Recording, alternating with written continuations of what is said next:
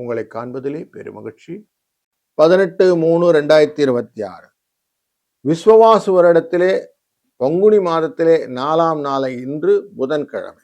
பொண்ணு கிடைச்சாலும் புதன் கிடைக்காது அப்படின்னு சொல்லக்கூடிய ஒரு நல்ல நாள். தேய்பிறை சதுர்த்தசி திதி என்ற 14வது திதி காலையில் 8:28 வரைக்கும் இருக்கும். அதுக்கப்புறம் அமாவாசை திதி வந்துடும்.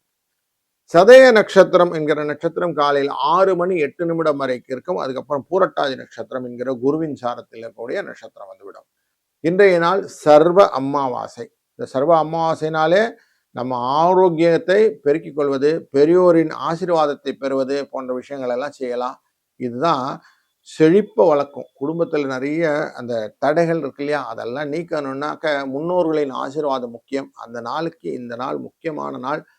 மந்தான ஒரு நன்மகள் வேலையில 11:26 12:24 அப்படிங்கிற டயத்து வரைக்கும் நீங்க எவ்வளவு தூரம் தானங்கள் செய்கிறீர்களோ அதையெல்லாம் உங்க கணக்குல சேர்க்கப்படும் அப்படின்னு இருக்கு. அதனால கரெக்டா வச்சுக்கிடுங்க.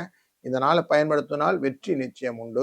இன்றைய நாளிலே 9:30 மணிலேருந்து 10:30 மணி வரைக்கும் நல்ல நேரம். சாயங்கால வேலையில ஒரு 6:30 மணிலேருந்து 7:30 மணி வரைக்கும் நல்ல நேரம்.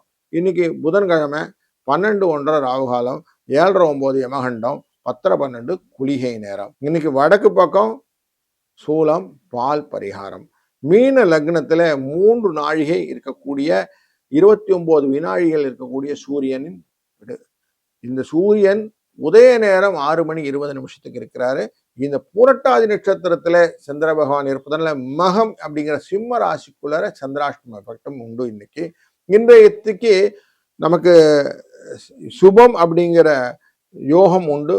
அதுபோல சகுனி என்கிற கரணமும் உண்டு. சுபம் அப்படின்னு சொல்லும் போதே சுபமா இருக்கு இல்லைங்களா? அப்போ எதையுமே உற்சாகம் அளிக்கக்கூடிய சுபகாரியங்கள் செய்வது இன்றைக்கு நல்லது. முக்கியமாக இந்த திதி தர்ப்பணங்கள் எல்லாம் முன்னோர்களுக்கு செய்து அவர்களுடைய ஆசீர்வாதத்தை பெறுவது உகந்தது. அதற்குத்தான் இன்னைக்கு சாந்தி பரிகாரம் செய்யக்கூடிய இந்த சகுனி அப்படிங்கிற கரணம் வரும். இந்த மருந்து செய்யறதுன்னு சொல்லுவாங்க, அந்த ஃபார்மசி ரிலேட்டடா இல்லை ஆயுர்வேதால, இதெல்லாம் இன்னைக்கு பண்ணாக்க வியாதிகள் டக்குன்னு கியூர் ஆகும்னு இருக்கு. அதனால இன்னைக்கு அதுவும் பண்ணுவது நல்லது.